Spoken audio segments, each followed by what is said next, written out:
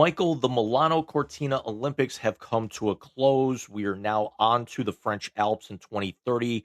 More specifically, if you're an Olympic fan, we are now watching the clock for Los Angeles in the summer of 2028. But the final event of the Olympics occurred bright and early for us on Sunday morning. Is for the first time in 46 years, Team USA's men's hockey team has taken home a gold medal for only the third time in history. 2026 in Milano Cortina, 1980 in Lake Placid. We talked about it last week when the women won. 1960 in Squaw Valley. Um, thrilling win. Jack Hughes becomes a national hero to an extent. We'll talk about that here. Um, in overtime after Team Canada U.S. leads 1-0 uh, early on a wonderful goal by Matt Boldy, that nobody really saw he had that. Even if you're a Minnesota Wild fan, you didn't think Matt Boldy had that in him.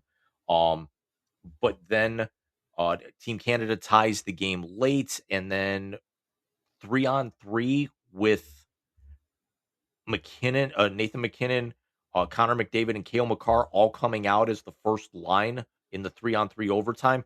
You got to figure this thing's over. When I saw that Connor McDavid was on the front line in the overtime, because I didn't really watch the game. Again, I do a lot of the condensed games just because my attention span is fucking shot for whatever reason. But I was following on my phone, and Boldy's goal again. What you said was just outstanding. Um, it was a pretty good play by Canada to get the game tied into the third. It was in the third period, right? They tied it. Correct. Yeah. So when I saw what the two lines were, my thought too was they're going to lose on a golden goal again to this fucking team. Especially McDavid again. I think we're both in agreement. Connor McDavid's the best player on the planet. It's not even close in most places.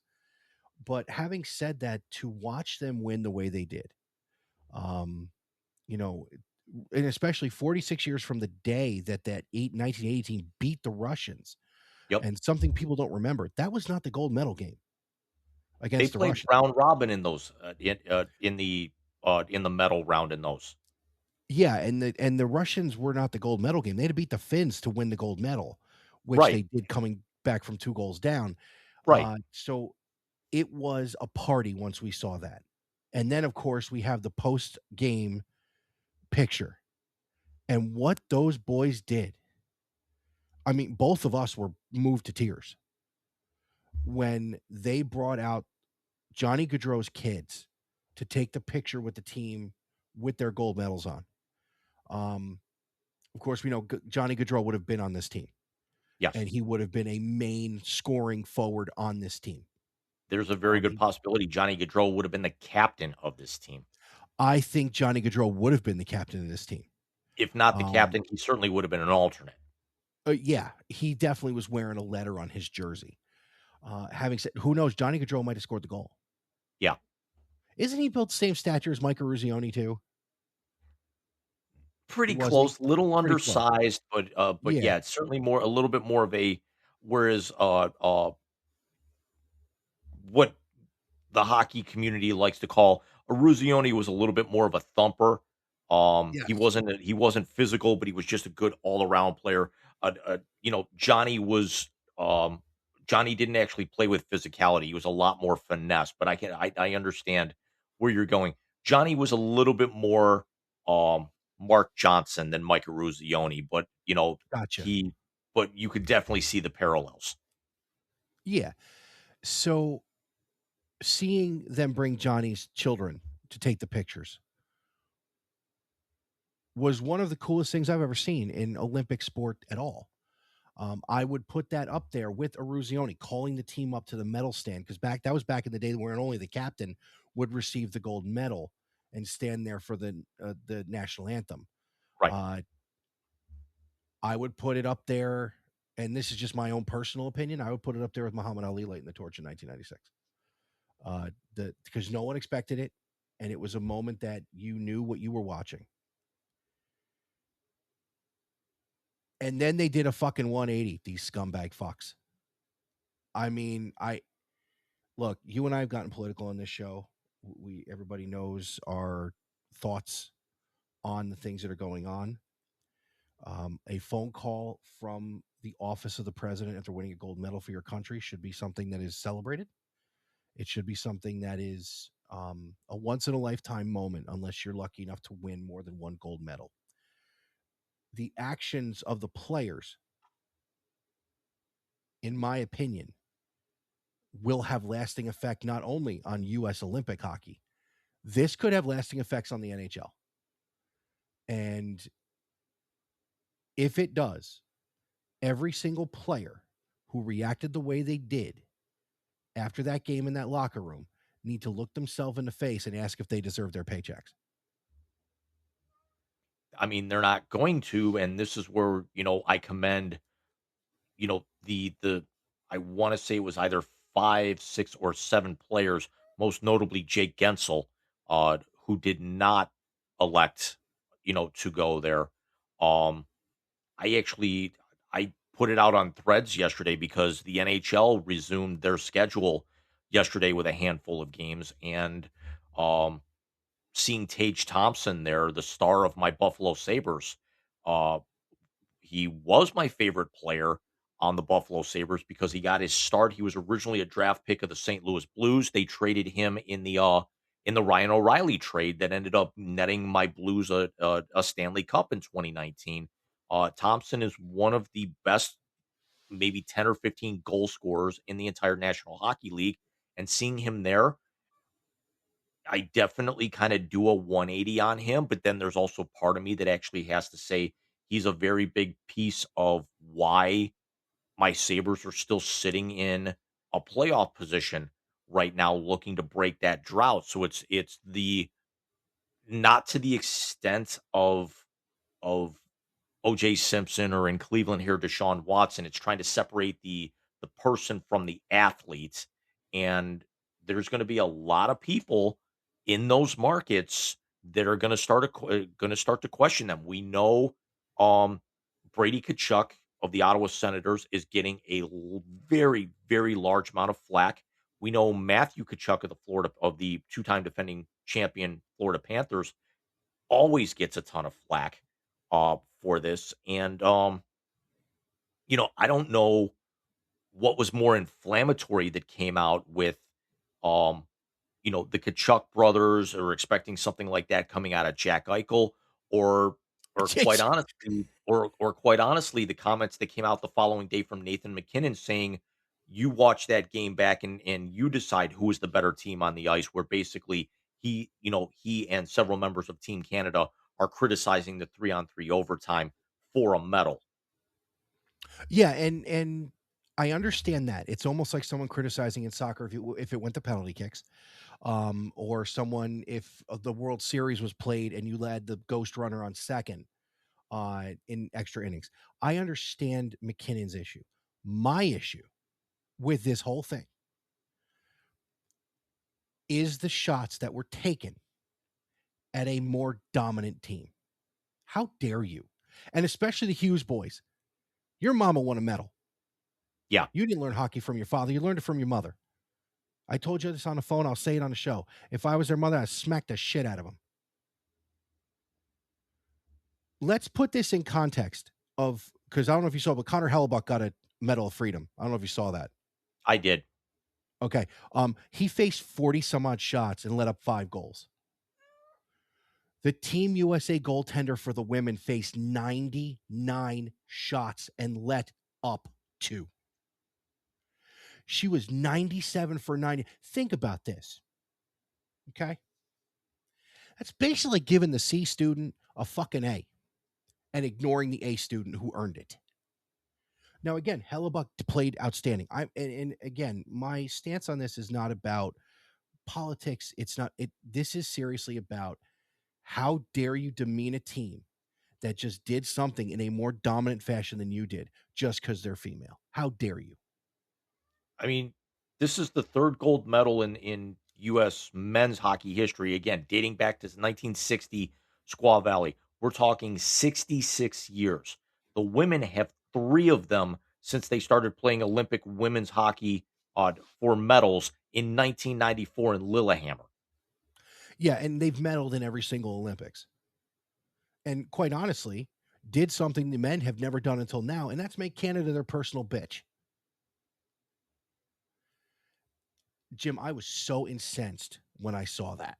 And again, it's not about the political thing. It's not. And having said that, winning a gold medal for your country and being invited to the White House is again most likely a once in a lifetime thing. So I understand why you go. I don't understand why you laugh at the jokes. I don't understand why you say things like close the northern border when you play in fucking Canada. I don't get it. The Especially Canadian Kachuk, team, who plays in Canada's capital, Hellebuck, exactly. who is only the second United States born goaltender in the last 40 years to win to win more than one Vezina trophy. You'll never name the other. The American born goaltender or North Who American born won goaltender too. No, United States born goaltender who won multiple Vezina trophies in the NHL in the last 40 years. Last 40 years? 40. 40. Chris Osgood. Tim Thomas. Was it Tim Thomas? I was gonna say Hextall was my next guess. Because it's I think is a personal piece of garbage. Mike Richter never won one, which is, just of course, he also had Marty Brodeur across the river. Right. But again, it's not that, and I'm not talking political affiliation. I'm not talking, I am talking, you literally laughed at a joke that took a shot at a team that, quite honestly, put on a better show than you did. Why? What do you gain from that? And we all laughed at the Canadian Tears commercial because that was funny. Bro, you can't piss off the people who sign your check. I know I said it to you on the phone. If they released him, I'd probably send a video to his Twitter laughing at him. Yeah, I mean, naturally, that's never going to happen because these are the No, best of the best, on this exactly. roster. Um, But and as don't a much, I couple of the mean, guys who were making the jokes and laughing at stuff and then taking the shots at Canada, a couple of them, their mothers are from Canada too, right? yeah, yeah, I'm pretty sure absolutely, Kachuk's mother's from Canada, right? yeah, How fucking yeah. It's stupid a are you yeah. people? I do know that that Keith was American born. Yeah, no, Keith's from the Midwest, right? Yeah, even though Yeah. Keith really got his start with the original Winnipeg Jets before they moved, Yes. to the desert. Spent some years with my Blues. I mean, he played everywhere. Didn't he play with Gretzky in LA? I don't believe I so. don't think so. No, no, he didn't. He didn't. Why was I thinking, or did he play against them in that one final that he got? No, because he never won a cup. He played with the Jets, then moved to the Coyotes, uh, spent a number of years with my Blues, and then finished up his career as an Atlanta Thrasher. So he played with Gretzky in St. Louis. No, Gretzky only played there in uh like mid '90s. He was Kachuk was there 2001 to '07, and then Okay. returned after a 1 year stint in Atlanta in '07. Came back to St. Louis. So he leaves St. Louis, signs with Atlanta, and then gets traded back to St. Louis at the trade deadline. Plays there from 27 to 2010, and then retires. Oh, okay. What I knew they played at the same time because I remember hearing it on broadcast. I thought they'd played together, so I apologize for that. Um, it just it bugged me, and it still bugs me to this day. Um, I will tell you the thing I read online off air because it doesn't need to be repeat. It's pretty vile. I won't repeat it on air. Those are for our live shows when we can make John and Alex lose their shit. Um, Film at 11. yeah, if I make it that far. Um, but yeah, I mean, That's overall, all that's called burying the lead. Pay attention to yeah, later in the episode, folks. exactly. Uh, but no, it really put a bad taste in my mouth over, I love Olympic hockey. I It put a bad taste in my mouth for something that we should have been celebrating. And celebrating, honestly, as much as we celebrated, I say we, I mean we as a country should have celebrated like we did in 1980. This wasn't You didn't need to hear, "Do you believe in miracles?" Yes, because we knew this was the most talented team that the United States ever put on the ice. But it felt different, Jim. I mean, it really did. It felt different when they won. It wasn't monkey off the back. It was almost like, and I'm going to use the comparison. I'm using it because how dominant that they were put together. It felt like the 86 Mets. They were put together to win that title on that season, and they did it. So it's kind of like a sigh of relief, and then you got the party. Well, you had the You sigh know of what relief, you got the party, and then someone pissed in the punch. it reminded me of the comparison to 1980 because there was so much political discourse as the Yes, underlying tone for who they were playing against, but the problem was now the discourse and the success was from within. exactly. Exactly. There was And as much political crap as there was 46 years ago. for Hellebuck, I mean, this, he gets it's our nation's highest civilian honor, but look at who's giving it to him. Yeah, At that point. And they're also honestly, as great as he was, there might have been a couple of other guys who might have been a little bit more deserving of it. As much as I love Connor Hellebuck as a diehard Winnipeg Jets fan, um, yes. you know, it I don't know if the game really would have been any different if Sidney Crosby would have played, as he missed the semifinal and the final with that lower leg injury. He's actually now been moved to IR for the next 4 weeks. As a result, we heard about um, uh, uh, Kevin Fiala of the Los Mhm. Angeles Kings going to miss the rest of the season after he broke his leg after a collision with McKinnon of all people. In the round robin. It also detracts from one of the better stories because he was one of the people that visited, the clown house on Pennsylvania Avenue. Was was Colorado Avalanche forward Brock Nelson, who's 32 years old, and he the lineage with him. So he wins gold. His uncle Dave Christian won gold in 80, and then his grandfather and his grand uncle won in Squaw Valley. Yeah, I mean, that was and decisions again, I don't hold the going there against them. I hold against them their reaction to and helping trash what the women did.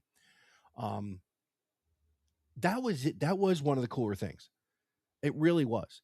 Um Family's big in American sports. I mean, if you think about it, we've seen everything from a father and son play baseball together to Gordie Howe take a shift with both of his sons on the ice. This is huge. And to see that, to have one family, I mean, think about how rare that is. And think about if they didn't let NHL players back in, he doesn't Yeah, get a chance at it. right. So to have that family held 3 gold medals, two of them on the greatest wins this country's hockey program has ever had, and then obviously defending home ice in Squaw Valley. I think it's still pretty damn cool. It really is. It's still And then pretty cool. but I will say this much as we talk about the political discourse, the women will certainly take better precedent just because of the men, go to Adolf Hitler's, residence. I saw somebody said that online. I'm ripping that off. Um, uh, the women are not only already booking to be able to spend a weekend in Vegas with Flavor Flav. Flavor Flav. Did you see where they had lunch? Now today Dude. being Thursday on on Tuesday? First of all, I did. And there are very few actors or actresses that I would want to sit down and have a meal with. And for me being a fat kid saying I wouldn't sit down and have a meal with somebody, a lot of people think it's a line of bullshit. But it's not. Stanley Tucci and in Italy? Oh, come on, dude. Come on. But side I note, I really am excited for Devil Wears Prada too. Just throwing it out there. Side note number two: did you happen to fill Mrs. Rican in that the new trailer for Mortal Kombat 2 dropped today? I did not. I believe she saw it though. Her and Heather are going to see Scream tomorrow. Okay, So but they've been on that kick. to kind of wrap up the segment, Michael, they didn't actually necessarily have lunch with Stanley Tucci.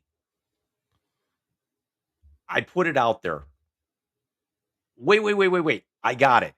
They were having lunch with Caesar Flickerman and discussing the 25th Olympic Winter Games. Ha I can't even with you. ha So, Jim, it was nice to wrap up our Olympic coverage. I feel like we did a very extensive Olympic coverage with this Olympiad Milano Cortina. But let's get back to some U.S. sports here, and let's get to the NBA. And no, we're not going to talk our Cleveland Cavaliers tonight, as they are playing very well since the addition of James Harden and Dennis Schroeder. But let's talk about some of the things coming out of the NBA league office and out of Adam Silver over the last couple weeks. As we all know, tanking in the NBA has become a real problem. The letting guys sit, trading for draft picks. I mean, I'm almost certain Cooper Flag was a Patrick Ewing situation this past year in Dallas, but they are starting to put in place, and we'll start for, I believe it's next year he's talking about, if I'm not Correct. putting in things in place to get teams to stop tanking. So if you would walk us through what they're doing to take away from this, which first of all I'm all for, what's he going to do and how are they going to enforce it? They haven't officially come to an agreement on anything because it's still something that they discuss in the offseason meetings, much like how the NFL right now, with the combine going on in Indianapolis, and then the competition committee meets the week before. How we actually saw that there's probably not going to be anything to abolish the tush push, uh, you know, any like proposals like they had last year. But some of the things that they're talking about would be that um, costing teams draft picks. But let's also be honest right now, unless you're picking in the top 15, the draft picks don't mean anything anymore. Nobody, you've got teams trading away draft picks that they're not going to have for up to 7 years because of the G League involvement. Fines really don't work. So it's got to there's going to be some sort of proposal here with this because Indiana is getting a lot of flack after sitting three key players. And oh yeah, there's no Obi Toppin and there's no there anymore, and there's no Tyrese Halliburton for the rest of the year. So they're going all in on the tank. Um, it's gotten to be where it's almost laughable. You're never going to see the season shortened to 60 or 66 games, like a lot of people are saying to combat load management, which also would go a lot further against tanking. We see, the NFL is expanding the schedule. They talk about maybe shortening the baseball schedule. Hockey and basketball, I don't think are really ever going to change that at this point. But they've got to do they've got to do something because it's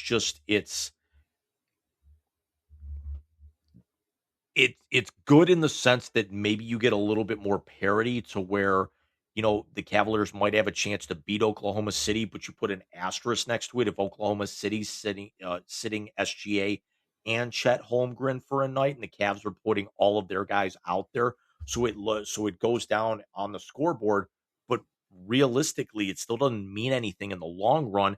And then you've actually got teams doing their entire schedule for this. So, Michael, let's call you Adam Silver here for a moment. And no, I'm not saying that just because you have the same haircut. What would you do? First of all, thank you for noticing the haircut that him and I share. I do appreciate that. Anything I can do to be like maybe the best commissioner we have is good. Although I think the three of us have the same frames for the glasses too, if I'm not mistaken. I think his are pretty close to ours. What would I do? I'll be honest with you. It really may come down to because see, here's the thing: they already doing the thing with the you can't be eligible for certain awards if you don't play a certain amount of games or what have you. Yeah. Um, But that's got nothing to so do with tanking, and the very interesting part of that is that now Jokic and SGA are getting very close to being out of that threshold, and then now they're saying, like, Cade Cunningham's got a shot to come in and steal the MVP this year. well, the fact that Kate Cunningham is a Detroit Pistons at the 1 seed in the East really should win him the MVP. No disrespect to SGA or Jokic. I think what you're going to have to do if you're Adam Silver with this, you're going to have to start kicking teams out of the lottery. You're going to have to do something with what was it? The first 10 picks is really the Yes. lottery. So you're going to have to start doing this where you're going to have to if you're not a good team and you lose, that's one thing. If you're a halfway decent team and you suck on purpose, that's another thing. You should have your ability to get the number one pick basically taken the fuck away from you. I know as Cleveland fans, we have benefited from winning the number one overall pick multiple times. Kyrie, LeBron. Yeah. So, The two most notable, LeBron James and Brad Daugherty with the infamous frozen envelope of '86. yes. And then of course, getting Kyrie, they weren't supposed to win the number one pick when they drafted Anthony Bennett. So in reality, they really didn't take the number one overall pick when they drafted Anthony Bennett.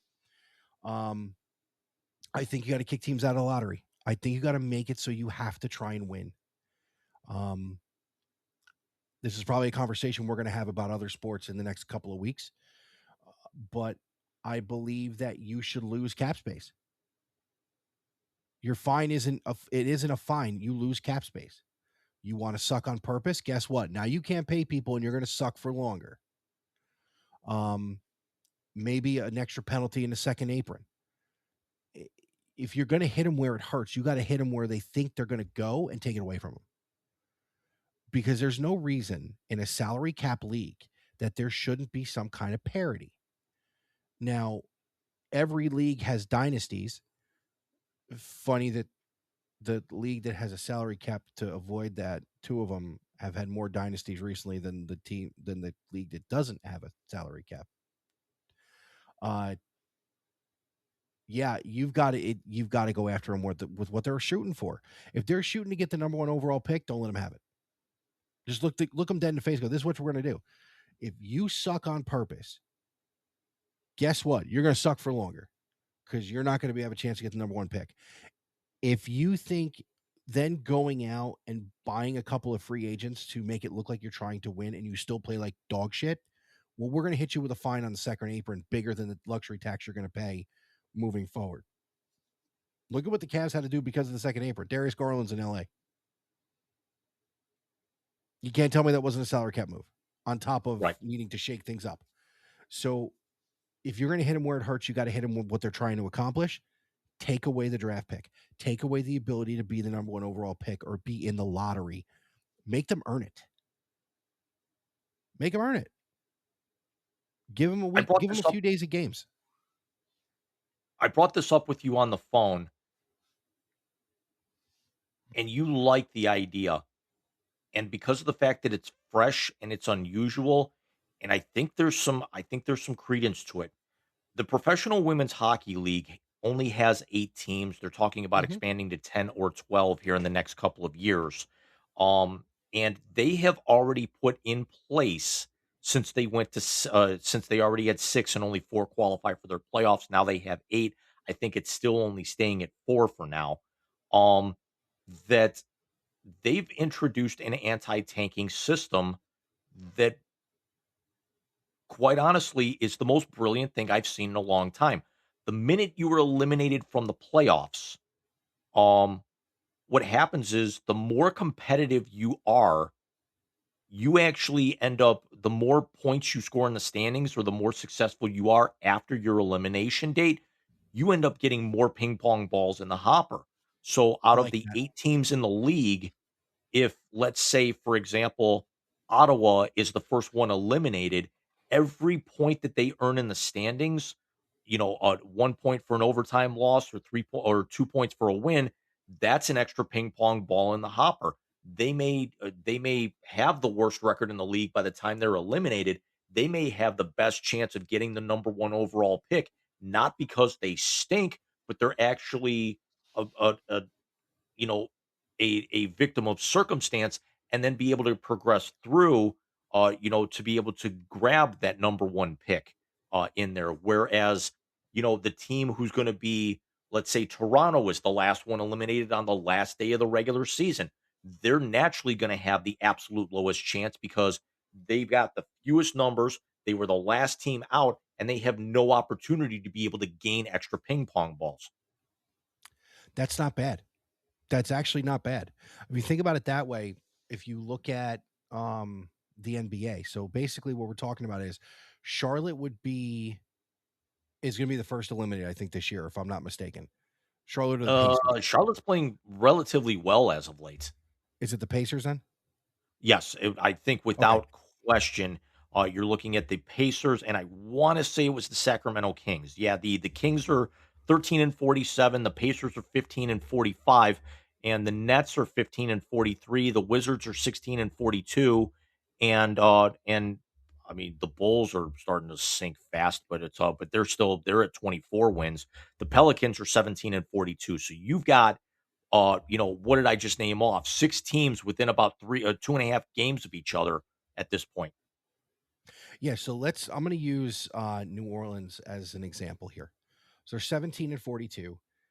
There's 23 games left on the NBA schedule. The incentive there is to go try and go 11 and 12 or 12 and 11 in the last few, because then you get more balls in the hopper. You got a better shot at winning the number one pick. You can turn your franchise around rather quickly. Um, I like that, Jim. Maybe somebody should tell the other bald guy that that's what they should do. I don't see it being a problem. I don't. I think that'll be very good for the league. I think it'll be good for, never mind just for the league. It'll be good for press for the league. For all the as great as this season has been, it's been a great season of basketball. It The press is hard on them because they haven't figured out the tanking thing yet. I mean, think about Sacramento making the playoffs a few years ago, coming up short in that wonderful series against Golden State, and then really haven't been the same since. They trade De'Aaron Fox, to the Spurs, who have rattled off 10 in a row, are only game and a half back of Oklahoma City. And oh, yeah, have beaten the Thunder twice this year. So, how fast they turn their franchise around.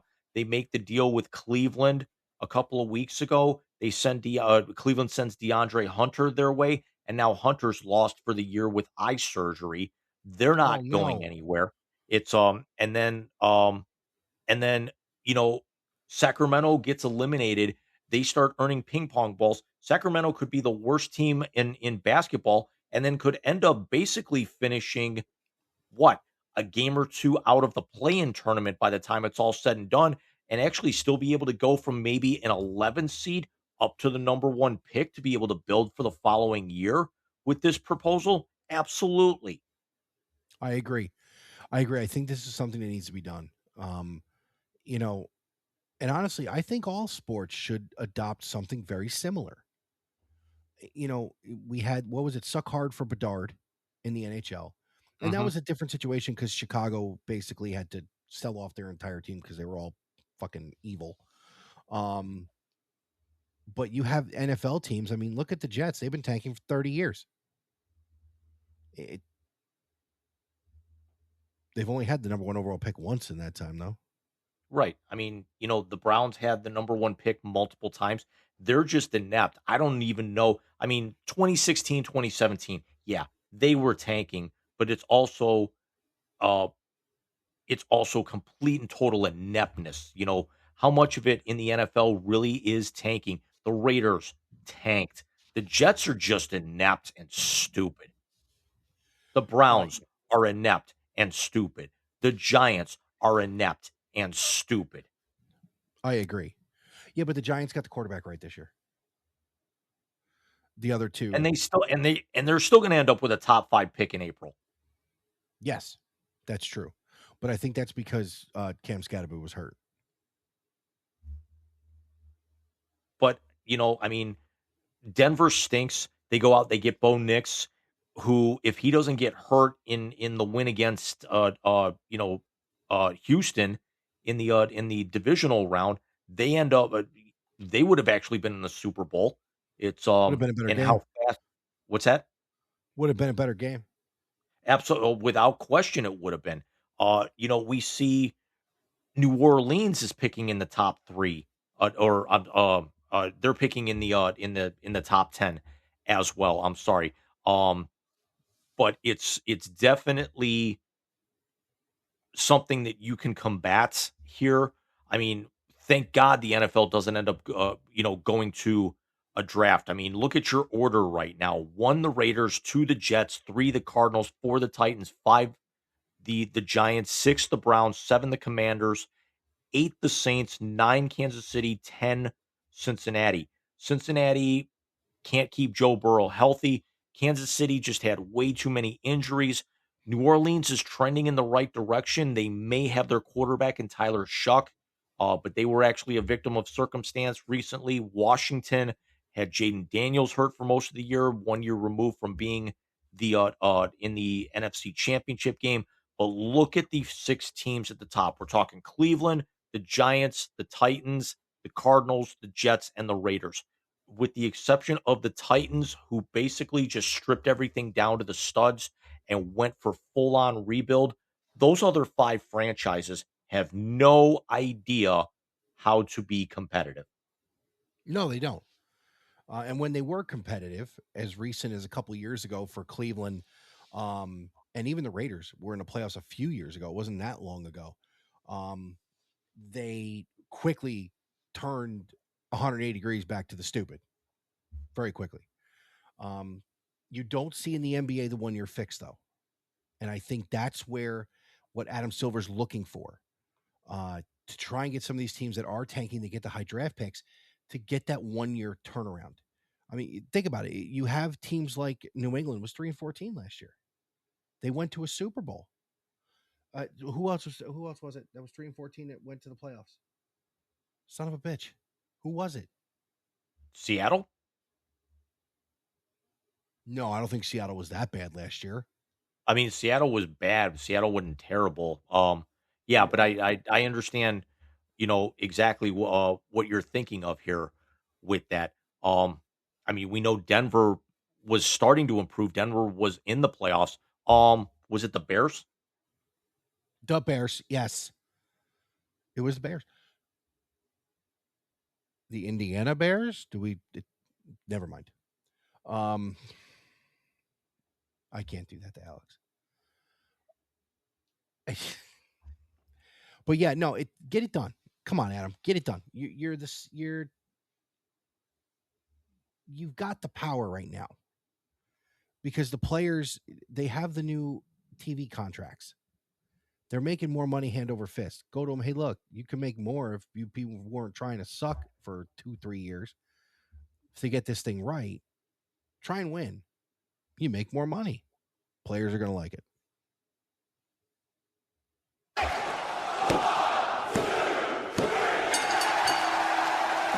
Michael, we turn our attention for the first time really since we've gone to the pre-recorded format, from sports to sports entertainment. And somebody that we've Yes. been watching for a number of years uh, stepped away unofficially last month and made it official this past Monday, and then got the highest honor bestowed upon him.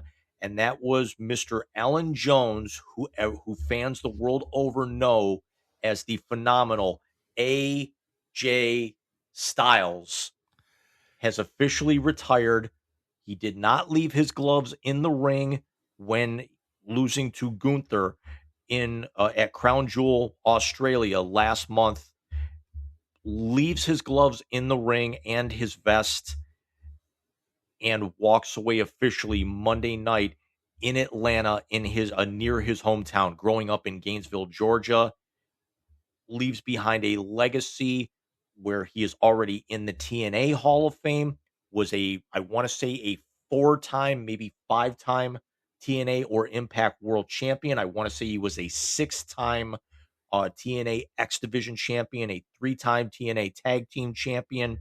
Um, I believe the youngest TNA World Champion in history. I'm sorry, youngest NWA World Heavyweight Champion in history, which has since been broken. I want to say a couple of times since he officially left for the WWE 10 years ago. Makes his debut at the 2006 Royal Rumble as the third entrant, uh, where Roman Reigns was the first person he squared off on, and if you remember that '06 one was where the winner was deemed the champion, and then goes on to hold the WWE Championship twice. The first reign, I believe, was over 400 days, has a legendary rivalry with Shinsuke Nakamura. Um, and has really kind of been, on and off with a few injuries lately. But congratulations to AJ. What a wonderful way to walk out. Absolutely, and I think the way why is it the Undertaker is everybody's putting your ass in the Hall of Fame person? I think it's amazing, but it's like it's you hear his music and you're like, "Up, they're going in the Hall of Fame." You know what it's become? It's What? because he's now Mark Calloway has actually become the WWE's David Baker Damn it, you beat me to it. He's got to knock on Cena's door. That would be amazing. next year. Next year. Yes. No, no, agreed. Agreed. I think Cena needs to headline his own class. Um, yes, this is well deserved. Cena's gonna be his own class. Let's be honest. Agree, and he deserves to be. He really does. Um, only if Santino comes over and calls him John Cena to induct him. I think that would be the only way this has to be done. Uh, I'm sorry. You knew I was going there. Um, We could do worse. It could actually be, Ron Killings. no, that would be amazing. So I caught the video of it. And when Taker says you and me got unfinished business, he looked a little scared. Not gonna lie. because He r looked a little scared. and you know why that is? I don't remember. Taker's last WrestleMania match was the cinematic during COVID match, the Boneyard match with AJ. Oh, that's right. That's right. Okay, now I remember. Um, and he kind of looked at him, and when he told him, you could see he said to him, he goes, "I got you." And You really the gonna other leave your cool stuff in the ring? the other cool thing though, I read this about him after the Cena match, which you and I have talked about ad nauseum. Him and his wife have been together since high school. They have 3 or 4 kids. I think they have all boys too. I Um, wanna say he's got 1 boy one and girl. 3 girls because I think one of his sons was home sick with the flu, but yeah, he and Wendy have been together since high school. Yeah, and I've read a lot about him because he's from Georgia, especially after the Cena match in Australia. And I got to say, not only an amazing performer, not only cuts great promos. This dude's a great human being. And you mentioned Shinsuke Nakamura. He comes back to wrestle Cena and Cena's farewell tour, which apparently was Cena's one of Cena's requests was that AJ come back and do that. And then you're talking about we said it on the phone that should be match of the year 2025 if they haven't done it yet. When you hit everybody and their mother's finishers and you do it well, not just hit them, because anybody, as stupid as it was when Cena and Rock went at each other and Cena did the rock bottom, it wasn't clean. When AJ and Cena hit all the finishers, they were clean. Yeah. They were clean and like they had done them 1,000 times before. So no, it was very cool to see. It was very nice too, as Oliver decides to scratch his face on the tray. Can you knock it off, dude? Um, it was very cool to see him It's going to be awesome to see him get inducted in a couple of months. Um, Interesting clash with him and Stephanie McMahon Helmsley. The only thing I could probably think of that there is a possibility that Cena may still go in because remember WrestleMania is here this year. They're in Saudi next year. Yeah, you can't put Cena in Saudi. Well, hold on, because he's filming, I think, season 3 of Peacemaker. So he might not be around. We might not see Cena for 2 years. So now, look, man, what an amazing, amazing career. He's close to our age. He might even be older than us. He's 48. I'm telling you, he's 48. He's going to be 49 1st of June. Dude, and he's still doing it like that. I mean, he's not Sting now, Right. who's 106, but doing it as well as he did right up until the end, amazing. Absolutely amazing. I will watch his induction because it's awesome. That's absolutely awesome. So just to run down his accomplishments, and we all forget it was match of the year. It was last year because it was October Yeah. because Cena had already come back and done his face turn. Um, IWA Mid South, which is one of the best independent promotions in the country. Heavyweight champion once, the Ted Petty Invitational winner in 2004. He was a two-time IWGP New Japan Pro Heavyweight Champion, the highest Gaijin honor that there is. Three-time NWA World Champion, two-time TNA World Heavyweight Champion, six-time X Division champion, including the inaugural champion, the TNA Legends Championship twice, four-time World Tag Team Champion, once with Jerry Lynn, once with Abyss, two with Christopher Daniels, two-time TNA World Tag Team Champion with Tyson Tomko and Kurt Angle, first ever TNA Triple Crown Champion, did it 5 times, was a two-time TNA Grand Slam champion, won the TNA 2013 Bound for Glory series, won the Gauntlet for the Gold in 2007, was named with the TNA year-end awards by writers and fans. Finisher of the year, feud of the year, match of the year, multiple times. Was the uh, match of the year versus John Cena at SummerSlam in 2016. Match of the year by Pro Wrestling Illustrated. Although, Dave Meltzer's a clown. He was also a one-time ROH Pure Champion. He was a Ring of Honor World Tag Team Champion with the Amazing Red, a 2004 Ring of Honor Pure Wrestling Championship tournament winner. He was also uh, two-time WWE champion, an Intercontinental champion once, three-time United States champion, two-time World Tag Team champion, 32nd Triple Crown champion, a 15th Grand Slam champion under the current format, an Intercontinental champion, and now the 2026 Hall of Fame. That's a pretty big laundry list, man. That's And amazing. just the rivalries and the friendships all over the world. We remember it from Cena's special introduction. Bullet Club reference that we never thought we'd hear on WWE programming, which, according to a sit down live version of 6 Feet Under with Mark Calloway, he got in trouble for. Cena got in trouble for actually saying bullets on TV. Um, Daniels, Samoa Joe, Amazing Red, Tomko, Christian Cage, Sting, Nakamura, uh, Dragon Lee, uh, hashtag beat up John Cena. That legendary rivalry. Hey, quick question. Was he the first one that came flying at Samoa Joe that Joe walked away from? I can't remember 'Cause if it that's was my him or favorite thing. Christopher Daniels. It might have been 'Cause that's my Christopher favorite thing. Daniels. I mean, I know one of them had a look on their face like, "Bro, where are you going?"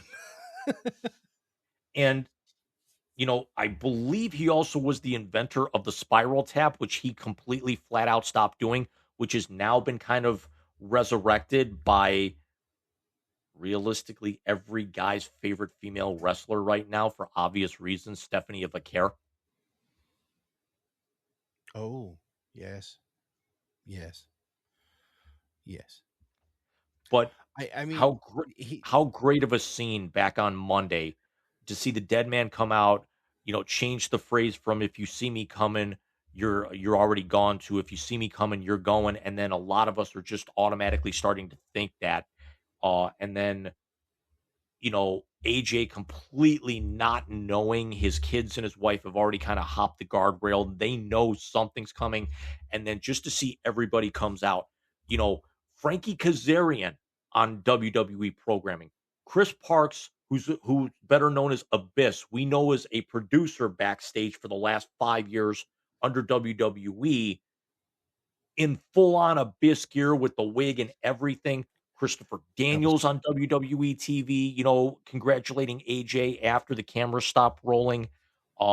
Just what what a performer, what a person, and there were a lot of people thinking, okay, could he be doing this to maybe go back and have like one or two more matches in TNA? I severely, severely doubt that. He may actually do like a one off here or there, maybe in Japan, maybe in TNA, like Sting would do from time to time. But, 48 years old, kind of time for him to walk away. He said 2026 was going to be the year that it was going to happen. Plus, also, I think he also said that one of the first things he's going to do is after he officially retires for good, the soccer mom hair is gone. And I think hopefully we'll actually get to see that by the time he goes in. the soccer mom hair. I love it. I love it. So yeah, congratulations to AJ Styles. Phenomenal career, well deserving to go into the WWE Hall of Fame and to do it right away. Not many do that. I mean, that's pretty cool.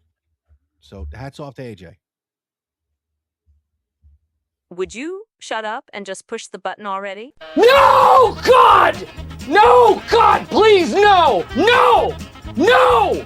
No! It's the YZ Translator on the Wise Guys Sports Show. I'm forever unclean. Yes, ladies and gentlemen, it is the YZ Translator. It is the best segment of the night because it is the last segment of the night. It is a time when James and I give each other names inside and outside of the sports world, and we come to you with the first thing that pops into our heads. Last week, we had a new classic. As James showed me the new Tennessee Titans logo, and the first thing that popped into my head was the word butt plug. So, keeping with that theme, James, your name in tonight's YZ Translator is not a person, but it is a team that is honoring something. And your first item in tonight's YZ Translator is the Atlanta Hawks having a Magic City night at one of their games.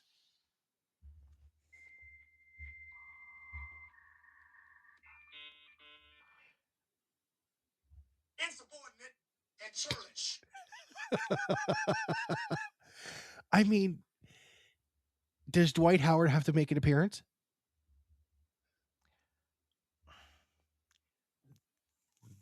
That depends. Uh, You know, if we're talking Magic, and they decide to simulcast it in Orlando, and his jersey's already in the rafters, does it actually? Are they going to bring out like, you know, uh, uh, are they going to retire his jersey there like they did in the strip club? But that's what I'm saying. March 16th, they're paying tribute to Magic City at their game. I can't even begin to tell you how hysterical that is. Magic City night, or the fact that we're just a couple of years removed from from the Panthers arena in Sunrise being bid on for naming rights by Brazzers. Do you remember the segment we did on that? And you listed off everybody who could be a host by name.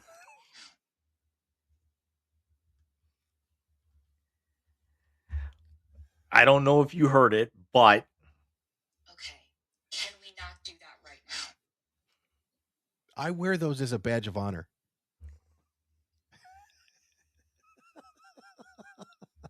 chicanerous and deplorable. Yes, and that those are two words to describe me most days of the week. Michael, I'm going to feed into your wheelhouse, and Here we thankfully go. we're at the end of the show, so I actually can like just close the camera and just go ahead and walk away for the next 5 minutes if you want. Um, we've got uh we've got Under Armour spandex, 2026 going on in Indianapolis, also known as the NFL Combine, the underwear Super Bowl apparently. And today was all about linebackers and defensive linemen, and somebody who showed up and showed out um, is going to go in the top five. And go ahead and gloss all you want. Your name is NFL prospect Arvell Reese.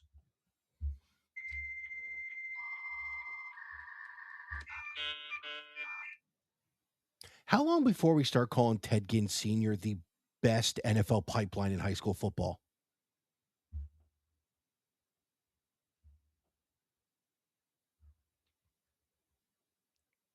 I mean, if we weren't so familiar, both being Clevelanders, would it's kind of the Yeah. same idea that um, would we be actually be talking about him if he didn't play in Columbus? Would people be talking about, such and such if they weren't from that area or something like that? It's it's the it's the purest form of nepotism that there is. Yeah, no, I understand that, but let's talk about Arvell Reese being the number one defensive player off the board. Um, who, by the way, 2 years ago when his team won a championship, he was a spot player.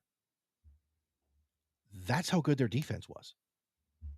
He didn't start when they won the title. His first year as a starter was this year. That's how good of a year he had. So I think he's going to be the first defensive player off the board.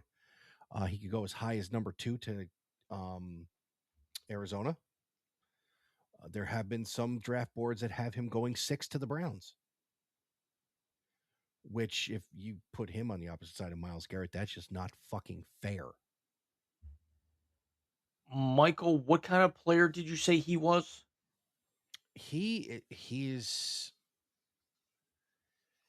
I don't think he's an outside linebacker / edge rusher.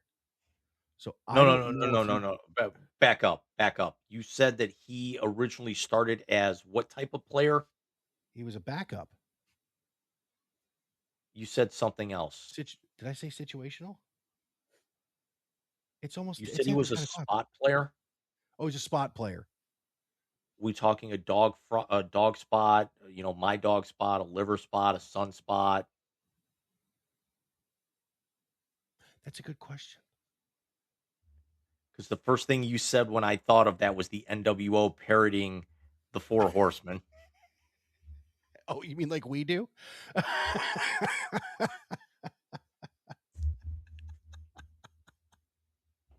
Jackass. But James, speaking of the Four Horsemen,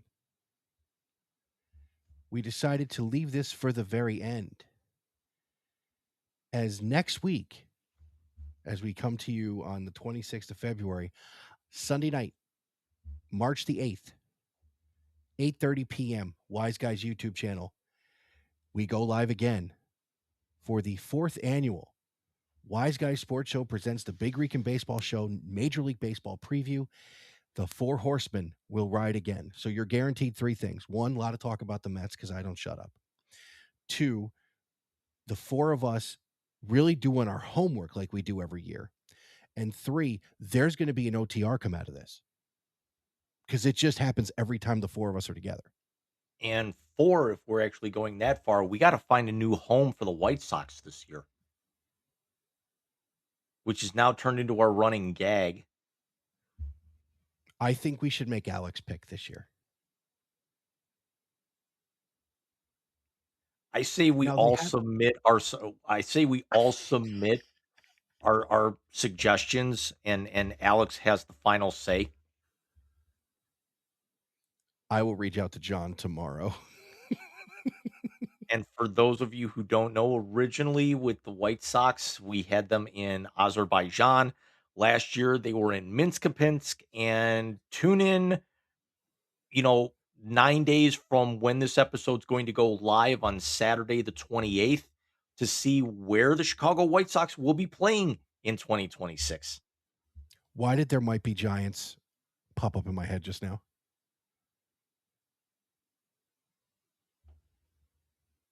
Do we send them to Istanbul? Oh, come on.